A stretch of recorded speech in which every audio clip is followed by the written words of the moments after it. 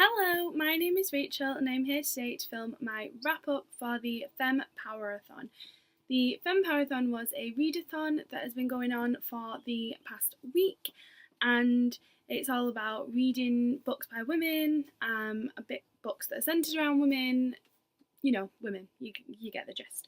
So yeah, I'm just here today to do my wrap up, and I'm just going to quickly say before I do my wrap up that I got a new pillow for this comfy chair, and it's a Harry Potter pillow and it's so cute and I love it, and I just wanted to just show it because it's so cute. So I have 6 books to mention today, 3 that I finished and 3 that I am now currently reading. I did not end up reading any more of Robin Hobb's Assassin's Apprentice, which I mentioned that I might do. I ended up putting it down during the readathon and will be picking it up after I finish some of the books that I started for the readathon. So yeah, the first book that I finished was One by Sarah Crossan. This I read for the Books with a Prominent Sister relationship. This is about 2 sisters who are conjoined twins, and it is about their life. Basically, the family don't have enough money to homeschool them anymore. They have to go to a school, and it's all about kind of the problems that the family's having, money problems, all that sort of stuff, and how they cope with it. Now this is told in verse, which was really weird. I mean, I read Grief is the Thing with Feathers last year and loved that, and I loved this one, the format of it. I thought it was fantastic. I just found that it really added to the story, so I just have a bit to show what I mean.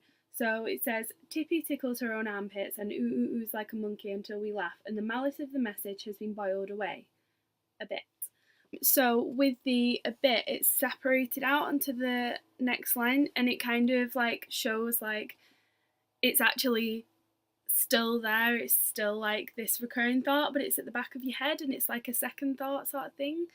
And I just there's bits throughout it that just do that, and the way that the form changes at the end to reflect the story is just absolutely fantastic.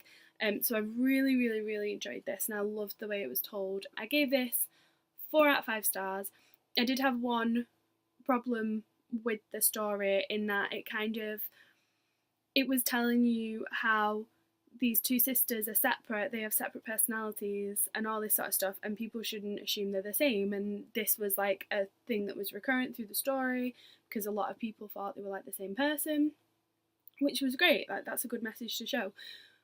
But then I think it kind of got jumbled at the end, because at the end it's kind of trying to say they're one person as well as saying that they're 2 separate people, and I think it kind of diminished the message a little bit. So yeah, I ended up giving it 4 out of 5, but I really enjoyed this, and I'm definitely going to pick up more of Sarah Crossan's work. The next book I read was Dear Ijeawele, or A Feminist Manifesto in 15 Suggestions by Chimamanda Ngozi Adichie. Now this is a new book, like her other one, We Should All Be Feminists, which I read last year and gave 5 out of 5 stars, really enjoyed. This was exactly the same, gave 5 out of 5 stars, really enjoyed it.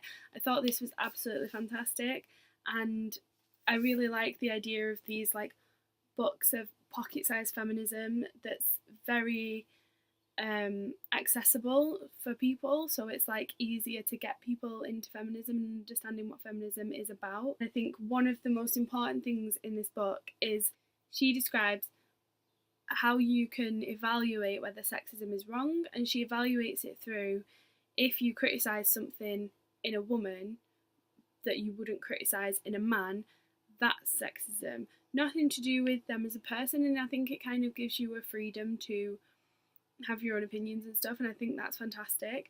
And I also found that I was reading it and thinking that didn't just apply to sexism, that applied to racism, homophobia. It applied to so many different ways that people judge and discriminate, because that's what the whole doctrine of discrimination kind of relies on. So I thought this was really fantastic. And yeah, I gave that 5 out of 5 stars. Just on a quick side note, I'm going to count this as my book about a woman that is not set in the Western world, just because Chimamanda Ngozi Adichie is not from the Western world and she is talking to someone who's not from the Western world. The reason I'm doing that is because I didn't manage to read The Vegetarian or start it, so I don't want to count it in this video. And then the next one kind of covered so many bases.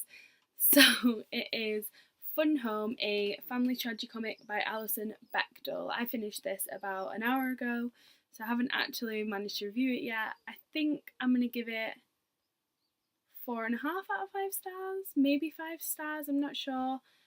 I don't feel instantly like it's a 5-star, which puts me off saying it is.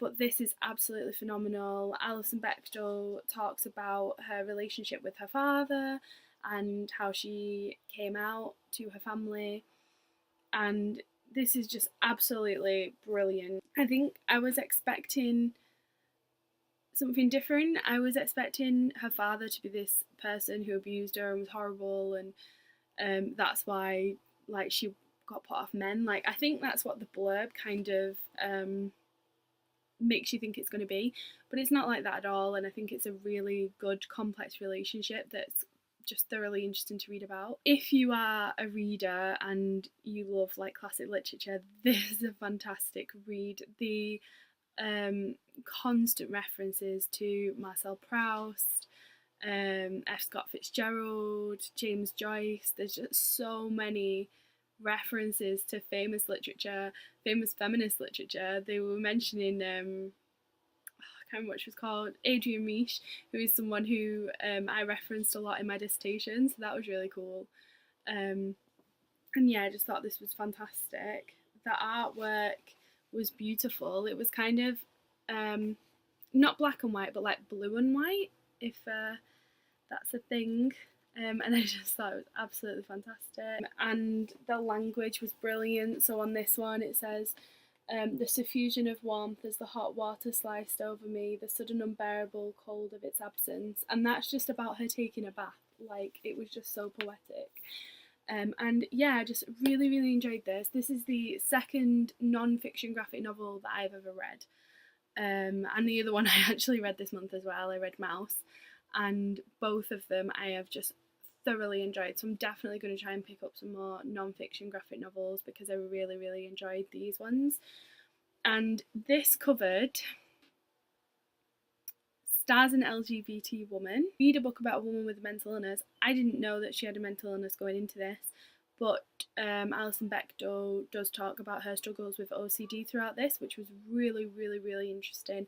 I actually know someone who struggles with OCD, so she's only recently been diagnosed, so it was quite nice to kind of read about it from someone who suffers from it and get a deeper understanding of it, just for my own experience sort of thing.